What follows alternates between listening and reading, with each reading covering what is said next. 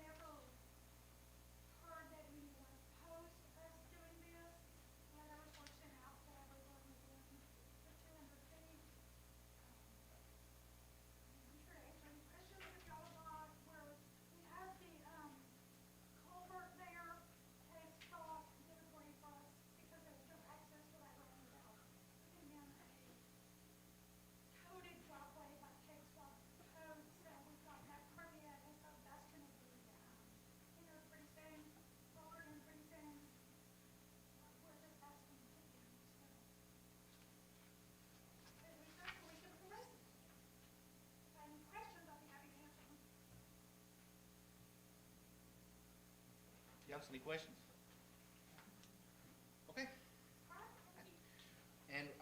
also have Mark Hill is here with us this evening. If you would, come forward, state your name and address, and what you got for us. Good evening. My name is Mark Hill. I work for Freeman Milliken Incorporated out of Dallas, 9330 LBJ Freeway, Suite 1225. I was asked tonight to come just in general terms, talk about spot zoning a little bit, so that when y'all are deliberating later on, you have a little idea of what's going on, because this is not a typical zoning case. So I was asked to come and talk from, just so you know, Freeman Milliken, we've been here around for about 35 years, and we work for small cities doing engineering, planning, architecture. So that's where my background is. I've been doing this for 39 years now, so been doing it quite a while. So you received a memo that we prepared for your consideration. I'm just going to kind of generally go through it, and just want to reiterate this, not specifically to this case. This is just going to be kind of general, just for as an educational presentation, if nothing else, to make sure we're all on the same page. In general, your ordinances, your zoning ordinance, talk specifically about how to amend your zoning map, which would change your zoning for specific cases. Sometimes it's an error, other times it's a redevelopment catalyst to go with the planning of your city. These things are going and you need to change the zoning. Others, something is unique about the site, may have a topographic issue, may have a water feature or something that may justify changing zoning so that something can be built according to the ordinance. Where it gets a little rocky is when we do what's called spot zoning. And spot zoning is a little different because there are several things that make and consider a spot zone. And if you look at 2A, that's kind of listed there. Usually a small parcel, single lot, or several lots, but just a small part of an overall zoned area. Usually it only benefits a single property owner. That's the important piece of calling it spot zoning. And it doesn't necessarily match the comprehensive plan and or the adjacent zoning. It's not typically a compatible type use. One thing that typically in the planning world. Sorry to interrupt, but the microphone's not working, and if people are watching, they're not gonna be able to hear. Oh, okay. So mine is on too. Well, I just said all my good stuff now. There you go. Do I have to Well, this repeat myself? one's not working either. We'll discuss that later. So for spot zoning, typically in the planning world, and there are some things to consider when doing this. And one is, a big one is equal treatment. When you do spot zoning for an individual, which, like, as I said, spot zoning is typically defined as for an individual, then how does that affect the rest of the city, the residents in the area, adjacent property owners, et cetera? And so to make sure, that's, of course, that's kind of goes without saying. Anytime a city council makes a decision, you're trying to be fair treatment. So that's kind of goes without saying. The incompatibility, that's another thing you have to consider is if you're doing spot zoning, you're changing from what to what, how does that work with everyone adjacent to it, across the street, a block down the road? How does that work in the overall feel of the city and what you're trying to accomplish, which is the purpose of zoning in the first place, is to establish some guidelines on how you want the city to grow. A big one that always has to be considered is spot zoning is subject to legal challenges. And some of these items up here where we're talking about only can serve a single person can have the issue of legal ramifications that could be taken to court because it's not considered for the overall good of the city. So that's something you must consider when you're looking at those things. So those are some, I would say those are some check boxes just to keep in mind when you're deliberating and talking about any specific instance, whatever it might be. And of course, when you do one, you know how cities work, then it becomes precedent. And so you have to be careful on how you establish that, if this can be a precedent type thing. So there's a list of 7 things on page 3 to consider when you're looking at this. And first of all, just make sure this is a justified is, preliminary review, it meets the threshold, is this something that really needs to be looked at and considered? Once you do that, then you look, make sure that the applicant is articulate and clear and is a fact-based rationale as far as why. Why is this being requested? What is going on that would make this a viable rezoning? Then you look at it and look at the pros and cons to the city, from the city perspective. How does this work with the city? How does it work with the compatibility of the area, the surroundings, the adjacent property owners? How does that impact them if they have to do something? Prime example of that is one of the cities I work in has a requirement that a non-residential development has to build a masonry wall if it's adjacent to a residential zoning. Okay, that makes sense. You think about that. Well, if something is non-residential and changes to residential and the adjacent property is still non-residential, then in their case, they would have an issue, because if that developed, all of a sudden they would have the burden of building a masonry wall, which they would not have had in the first place. So those are the type of little things that you have to look through your ordinances, and I didn't see that in your ordinances. I'm just saying as an example of what you have to consider and how it impacts the adjacent properties.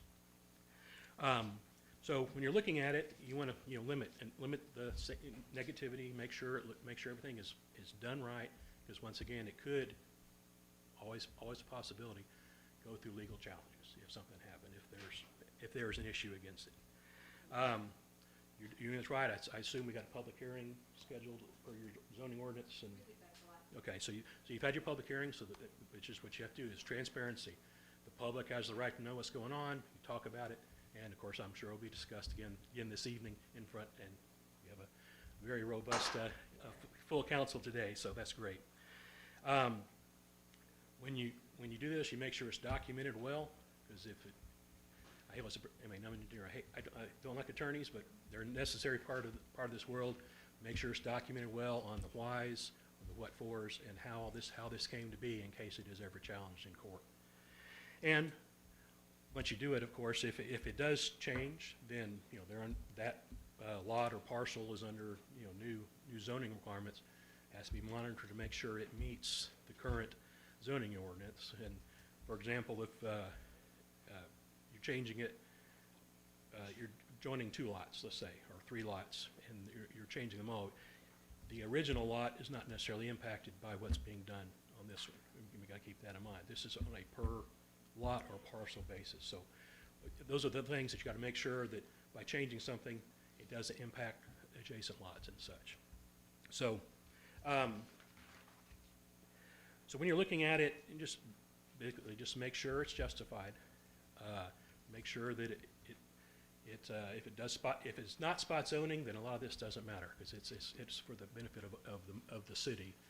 But if it's for a spot zoning, which is an individual typically, you just make sure that you've gone through it, you understand it, you can justify it, and then when you have all of those in your mind, then you can make an educated decision on how it works. So that's it in a nutshell. Like I said, it's not, and that's what I want to reiterate. That's just kind of general spot zoning thoughts, things to keep in mind. Hopefully, we don't have worst case scenario, but we always have to be prepared. And I know in my business, that's one thing we have to do is look at that. So, any questions on this?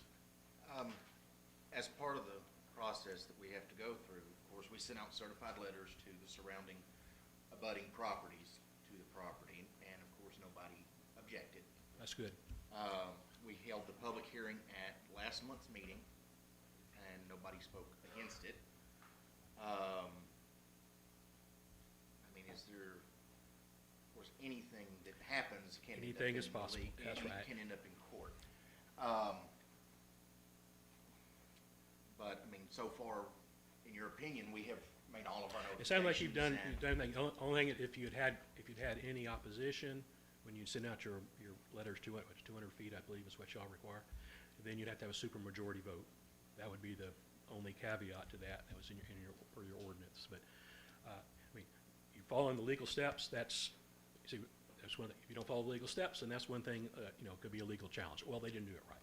You've done everything you're supposed to do per your ordinance, so that's good. And so it sounds like you're doing everything you're supposed to. It's just, like I said, it's just spot zoning is just it's a tough one. It's not an everyday thing that cities typically could go through. I mean, that's kind of, ends up like a Houston, they don't have zoning, so each lot does what they want, and that's a non-zoning city. And that's the reason why most cities in Texas have zoning, is to develop, to help guide the development of the city and the vision of usually past councils, because you don't do a comprehensive plan or zoning map or land use plans every year. This is how we want the city to develop. We want to have commercial zones here. We want to have residential there, high density, low density. All that is the vision of the city, and the zoning is a way to help control and maintain that vision. So anytime you're changing little pieces of it, you're going back and does it meet the intent of the plan is what you have to consider, things like that. So an exception that we make today could be challenged 10 years from now by someone else? Now that, I don't know if there's a statute of limitations on it. I would assume once it's recorded, I'm not, that's a legal question. I'm not gonna venture that one. I would say probably not. I mean, after a it can't be that long, because someone builds something on it, they can't come back and say, hey, you can't do that now. Well, not so much they can't do that, because it's already been done, but if you're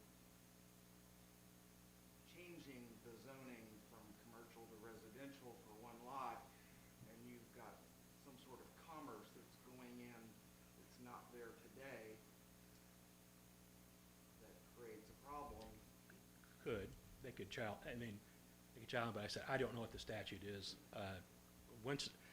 I would believe once you have it, of course, then you'll have to update your zoning map, and, that's all the official zoning is this is only one more step, then you gotta do your zoning maps and revise your ordinance to reflect the new zoning. Typically, I assume your ordinance is written that way. That's typical. So I'd say once it's in there, once it's in an ordinance and it hadn't been challenged, then I would say but I would check with your city attorney just to make sure. I try not to practice law. I'm an engineer, so.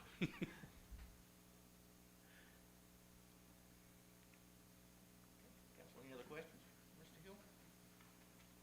Okay. Thank you all very Thank much. you, Mr. Hill. Ms. Newsom, do you have something you wanted to add? Yes, so he was talking about. Come up here. You've been up here, you know how this works, Andrea.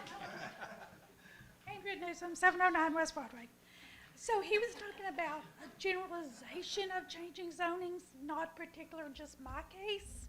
So would that include all zoning requests that come through the city of Winsboro? If you wanted to change a sign zoning law, would that also be in the same thing as mine? He said all zoning, a generalization. So I'm just asking, so would it include all zoning requests to come before the city council? Pretty much. But we're So- talking about changing from, B2 to But he SF1. said it was a generalization. It was not just in my case. He stated that it was a generalization over zoning laws and changing them. So if it's a generalization, he's not just coming at what I'm asking, then that would cover all zoning requests that come before the city of Winsboro, regardless of what they are. Okay, that's all I wanted to say. So there is a difference in a rezone request and a change in use, which the sign ordinance would be a use. The sign ordinance wouldn't require us to change a zone.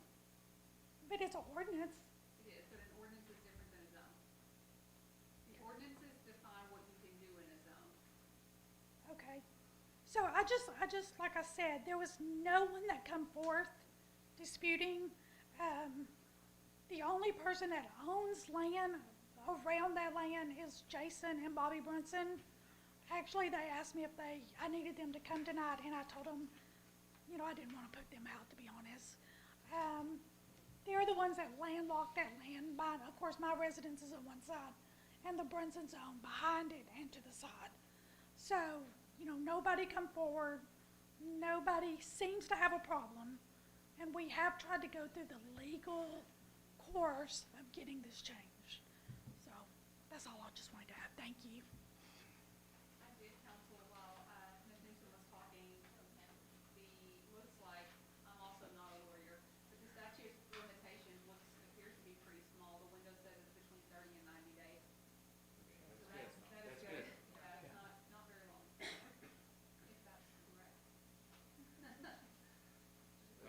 see on Probably not. Facebook is not right. Okay, council, any other questions, comments, concerns, discussion? Personally, I don't have a vote in this unless we have a tie. And I have expressed to Ms. Newsom, I don't personally have a problem with it. We right now have a lot that's just sitting there that could be put to some use. And I'm looking at the surrounding properties around it, and yeah, the Brunsons own everything around it, just about. Short of this little bitty spot right here that's the Masonic Lodge. But the Brunsons own everything behind it, around it. I move to approve the rezone request at 707 West Broadway from B2 to SF2. Have a motion, do I hear a second? I'll second. Have a motion and a second, any further discussion from the council?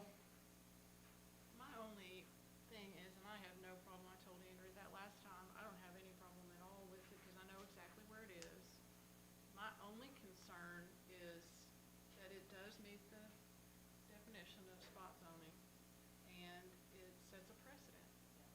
I don't have a problem in this case, but what's gonna keep the next, the next request? They're gonna go, well, you did it Well, for you may her. not be on city council the next time it happens. Good point. So you're off the But- hook. But that's my concern. It's not personal. I know that area. I think it would be fine to have a house right there. But it goes against some of these things that we talked about. And so do we want to set that precedent? That's my question. We're small. It's all about setting precedent.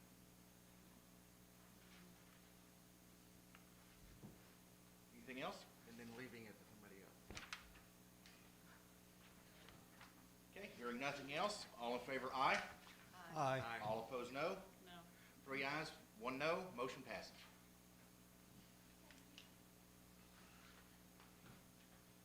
Okay, moving on to item 7.2, action on specific use permit request from Brent Sheik, Wagon Junction. Before we move into that, I do have some comments I would like to share in regards to this. Before we begin this, I want to acknowledge this topic is important to many people in our community. We understand the level of interest and concern, and Wagon Junction has become a part of Winsboro's business landscape, and we recognize the effort and community connection that has gone into building it. I also want to be clear. This discussion is not personal. It's not about who likes or dislikes anyone.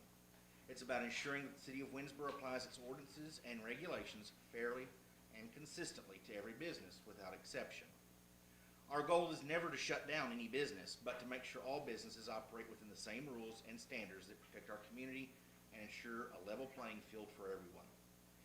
As we proceed, I want to emphasize the decision will be handled with care, guided by facts, and not by emotion or personal opinion.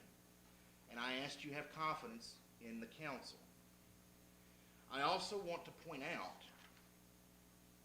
that we have seen many posts on Facebook about how the city is trying to kill a business.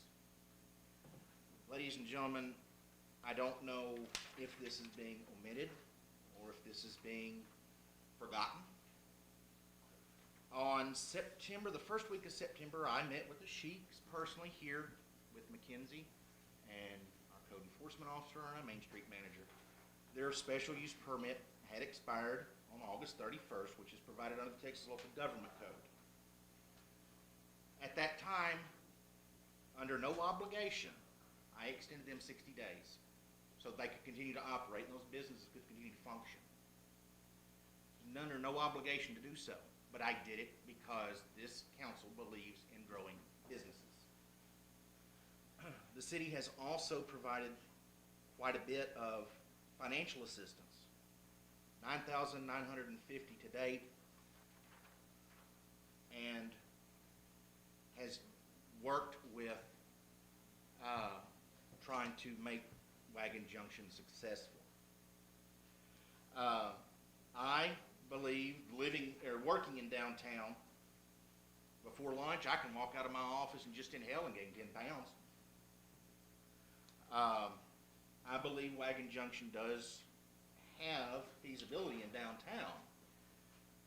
The special use permit, as provided by the Texas Local Government Code, is temporary for the first 12 months. That way, the city council or the EDC or whoever can evaluate the economic feasibility, the public safety, and any way that we can adapt. That's what we're here for tonight, is to consider making this temporary use permit permanent. We are not here to automatically shut down a business. We are not here to try to hinder businesses. We are here to work with businesses, despite what is being said on Facebook or around town. I personally, like I said, met with them, and it very easily, by law, we could have said, no, your temporary use permit has, or special temporary permit has expired, you must shut down. But we didn't. We continued to let them go for 60 days. So we could get to this point with the application.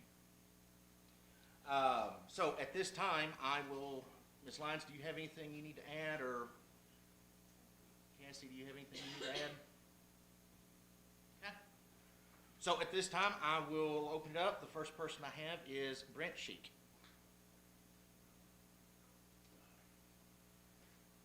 Morning, everybody. Thanks for coming out. I'm Brent Sheik of, should I give the address of the Wagon Junction, or? Yeah. Okay, 301 East Broadway. You don't have to get that close to the microphone. That muffles Man, the- I want everybody to hear me. He's the only one that registered. So Okay. if you want to stand with him, you can. All right. I prepared something to say. I do want to address the amount of monies that were provided to me through the EDC. There was assistance on the concrete part, the parking lot on the west side. That was only, it was $5,000, but I didn't receive any other monies besides that. I just want to address that. I did What we- receive for the sign, assistance in the sign. It What was we like have $700. listed here is, and this may not have been money specifically granted to you, this may have been fees that were waived by the council, or waived by the city. Preparation of a complete site plan in $900, Main Street grant of $750, EDC funding of $5,000, SUP application number 1, we waived the $250 fee, and we waived your water and sewer tap attachments. Okay. So that may not have been actual cash to you, No, but no, that it is wasn't. the Okay, value. no, I understand that. Yeah, yeah. This is, yeah, okay, I get it now. I'm putting it all together. The main thing I want to come to is, the Wagon Junction hasn't been in business not even a year yet, okay? We provide a lot of things for the city as far as people that come into town. There's people always stopping in, from other cities and everything, and then next thing you know, it spreads all over that, hey, the Wagon Junction is nice, and it actually acts as a avenue for other people to go into the city, and they recognize the city, everything that we have to offer, da-da-da. But the biggest aspect I want to talk to you about is the personal aspect. Wagon Junction inadvertently employs 12 people there that depend on the livelihood that Wagon Junction provides via the food trailers that are there. So that's my biggest concern is that. And honestly speaking, going into this, I never knew this was a temporary permit until the end. Maybe on my part, but until the final day when I was here over a year ago, I never knew. And for me to invest in $60,000+ into a lot that's not even something I can even try to get an ROI on, it's kind of doesn't make sense, right? So. But be that on me or whoever, but I think there's a lot of communication mishaps and things that haven't got connected, or maybe not even knowing about certain different things on both sides of the fence, created a lot of confusion. I was the first, basically, one to start the as a food plaza, but not the first one that started with food trucks around. But I've been the only one that's been imposed with different ordinances and a SUP and everything else. But if you do comparison to other food trailers around, they're not. And I was being held to a lot of different restrictions and everything. I get it as the city grows. But when I moved here, that's what I want to do. I'm going to find something that I could help the city out, and in turn have a different place for everyone to have different places to eat on. Hang on one second. Let the record show that Councilman King has All right.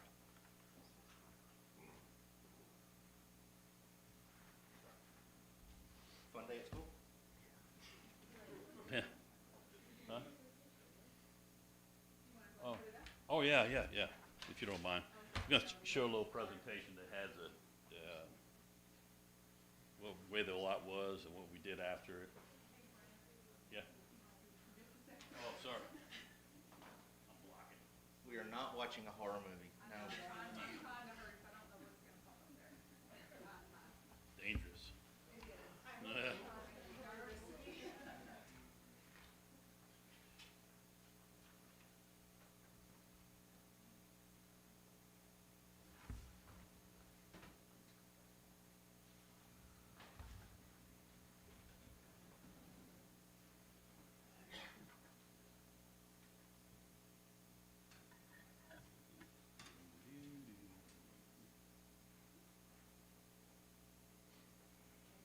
right, see scroll.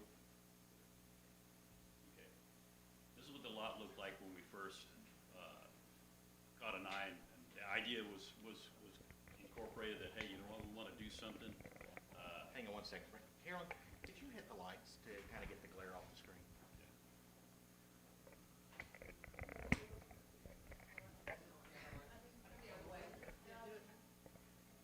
So anyways, we took this lot and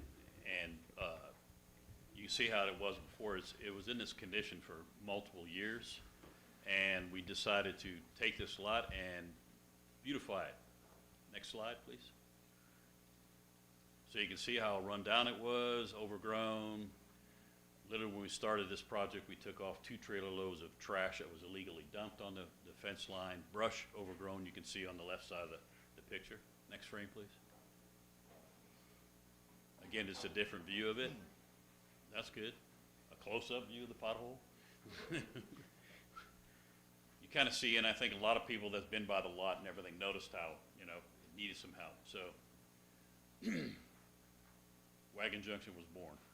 So we took the lot, made something out of it, to offer some different cuisine choices in Winsboro, where it was kind of needed, needed of different choices in Winsboro. So, next slide. So we get a lot of people that come over here to stop over. Now they're starting, even people who have meetings, they have like church gatherings in the mornings. It's a big stop in the morning and everybody get their Java fix on, and just a good gathering point. So we put a lot of work into this lot as far as just making it something that it wasn't before. You know, we put up sunshades. We have picnic tables where people can come and eat and have a different choice of different places to eat. So, in that, what I was saying earlier is that we get a lot of people that'll stop by that are traveling through. At one point in case, they had a guy from Dallas. He's like, "Man, I didn't even know this place was here," but somebody that trucks with me said, "Yeah, you got to stop over in Winsboro at the Wagon Junction because they have all kind of different food to eat and some good barbecue." So it provides a lot of different things. So inadvertently, what it does also is it drives that traffic. People stop at something because this is inviting. They stop in, they say, "Okay, this is cool, get something to eat." Then they start talking to people, locals, and the next thing you know, they're traversing into town. They're going to look at our shops, our boutique shops and everything. And I'm not just saying this because I've been told that, hey, this is a neat deal, and so we have 2 restrooms on site. I mean, we keep everything clean and neat and orderly. It's just not like a trailer that's pulled on the side of the road and just operating and that's it. So we're offering something different. So like I said before, we get a lot of, you can see picture there, where we get semis that pull over on the side. They need to grab a bite to eat, and it's a great way to advertise for Winsboro Wagon. So we're always got new things coming on and different ways we want to go ahead and change Wagon Junction to help the community, And this is something, look, my wife and I decided, she's like, "Hey, you know what, you got to do something." So a year and a half ago, that's how the Wagon Junction was born. I was like, okay, this is what I seen a need and I wanted to fulfill it. So I think that's the end right there. Can you go one more, Kizzy? Okay. So we have, we got games all night where kids come and the whole family gets entertained. Go one more. So frequently asked questions, and I touched base on this earlier. We're actually the Southern Food Plaza when we're the ones that created the high-end and invested a lot of cash and provided a clean and neat environment for our customers, as well as the city seen a year ago that there was some validity to this project. Just to touch on this right here, I said that earlier. There's different, providing different financials and stuff like that is very proprietary towards the business. We're still in existence. We're doing things right and doing things by the book and doing what we have to do. So can you go to the next one? So these are just some basic, oh, that's okay. Thank you. These are just some basic comparisons that where they had food trucks and weren't held at the same what am I gonna say, the same requirements as the Wagon Junction is being held to. And you can just go through the list and see. And, and I don't, just to address you, Mr. Mayor, I don't feel like I'm being targeted. I just feel that to be treated fairly because it wasn't like I went and I took my own cash to put into this investment. And it isn't something that we're just out there just broadcasting and not, people come in, they talk to us and they're concerned about our business. But, we just want to do good, have fun while we're doing it and, and do good for the city. I think that's it right there. So, yeah, thank you. So in closing, I just want to. I thought I was talking loud again, man. Sorry about that. I could start beatboxing on here. So anyway, just to close, I just want you to, guys, consider this. It's something I love to do. Families all involved in this. There's other families all involved in this and that rely on this and just see fit that if you guys would just consider, giving us the permanent permit for this thing and for Wagon Junction on this thing. And I mean, it speaks for itself. What we've done and the way the lot looks, and we offer a lot, and that's basically it. That's my bag. Any questions? No, and Brent, like I said in our meeting that we had here, I do believe you have value in downtown. Okay? That's one reason why we granted the exception. And I appreciate that. But, just you as Wagon Junction are a business, just like any of the other, and then your tenants are individual businesses that rent or rent Right. space from you. And I understand, I think the rest of the council understands the convenience, number one, that you provide of being right there and people can stop and get food. I've had people from all over tell me too, they see me in Mineola, they see me in Quitman, they see me. I had one person in Granbury. I was in Granbury last week and they said, "Oh, we were in Winsboro this last weekend. We stopped at that wagon place." They call it wagon wheel a lot, but hey, I'll Yeah. take it. So we have, it's getting out there. And I don't believe that the council, any of the council members would want to see a business close like that. And like I told you in your first or when we met, you were the first park that we have dealt with, ever. You actually opened Wagon Junction as a park for food trailers, to have a place to set up. Right. Times change, things happen, and we have to be able to adapt. So that's one thing we are working on.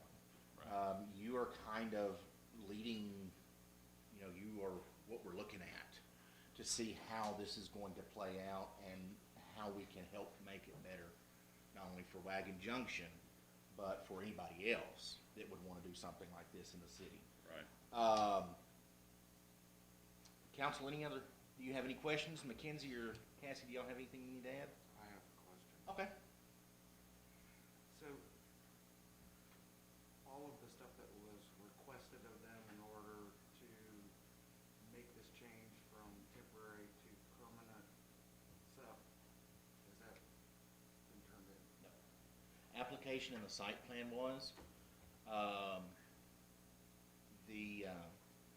I have not seen any statistical numbers for the economic or for the net economic evaluation, piece. But, I mean, you can look at the business they're doing regularly. Can I speak? Sure.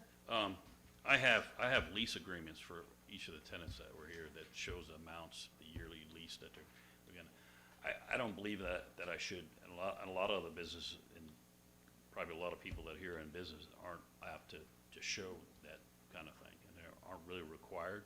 I was instructed by that, but I will provide this, and I can provide, I mean, you can see from this what I do. I mean, I just like any other business, I have my utilities to pay, I have my insurances, and that's another thing I just might touch on, is that we carry all our insurances. Our trailers all are insured.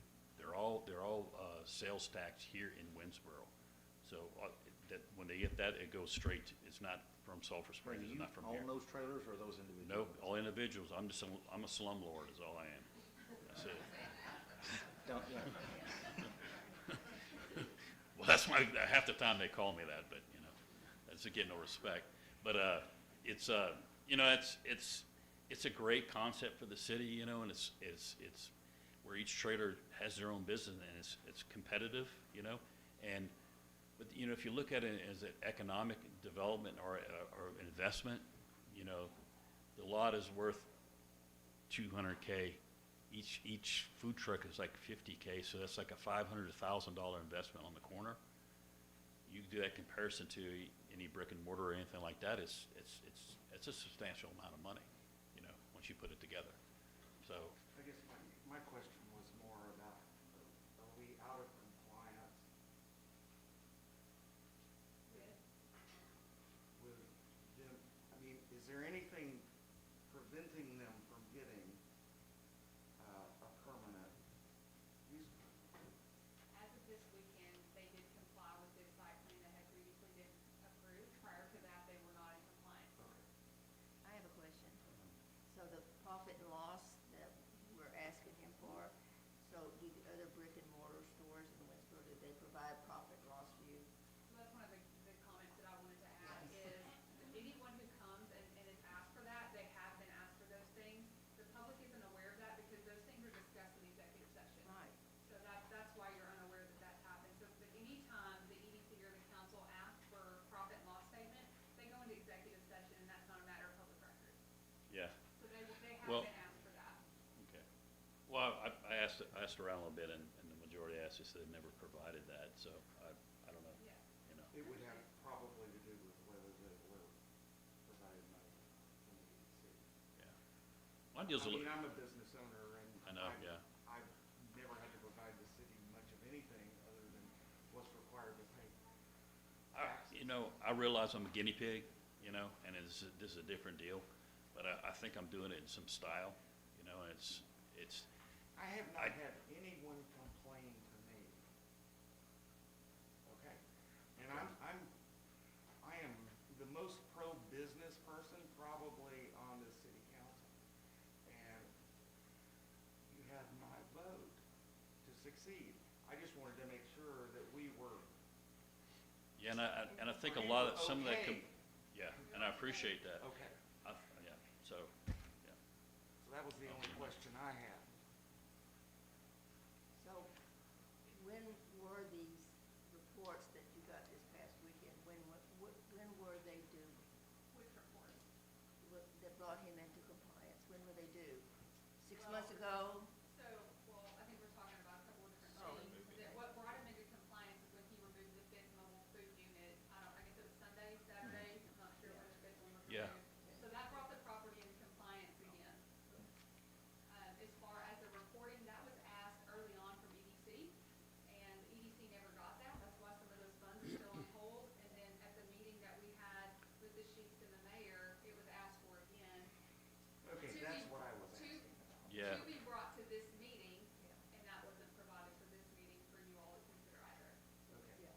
So. And I'm not considering to get any funds, that was the other half of their asking for that. But But, Well, I think can I answer about the non-compliance deal? What I like to emphasize, I think there's a communication gap. And if I could just say that if there's some way that we could just, it could be more of a formal something, okay, hey, you know what, you're in compliance, but when I went into co-compliance and I explained about moving, it was because I had a hot dog stand, Harry's Hot Dog Stand that moved in. And I went in and to explain that my truck, which it was, I provided receipts, mechanical receipts if I need to, was broken down, and I can't use my Ford Ranger to pull a big deal, so I had to wait to get it out. As soon as my truck got out, had certain things, the truck was supposed to be done that day, but it wasn't. As normal, you go get things fixed on, something else comes up. So I wasn't able to move it out, so just to explain it, that's why I was in not compliance. But no intention to be. I chose the wrong word. Okay, it wasn't compliant. So there is outstanding documents that the city requires in order to consider a permanent. There are certain documents that have been requested in order to consider granting this permanent SUP. Okay, all right. So, and we've asked a couple of times, why have we not gotten?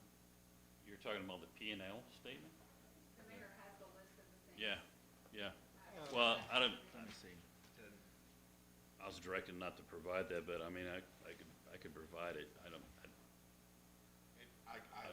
Areas of non-compliance were repeated site plan violations and unapproved modifications, non-compliance with the ADA restroom standards, failures to provide a year-to-date profit and loss statement, failure to obtain required city permits for construction on operational changes, initial refusal to allow city inspections of restrooms, delaying compliance verification, failure to provide proof of sales tax reporting and payment, lack of statistical data from food vendors or customers, revenue and sales tax paid, failure to provide a copy of the current food truck lease agreement, no submission of future plans or proposed amendments to the approved site. Okay, hang on. I think we can, Wow, okay. since it is posted on our agenda, can we take this into an executive session so that we can, okay. So, all right. Based on the council's right to adjourn into executive session on any item that is posted on the agenda and falls within one or more of the parameters of Chapter 551 Texas Local Government Code for further discussion so that you can give us this information confidentially, we will now adjourn into executive session at 6:18. Please clear the room. We'll be back in just a minute, though.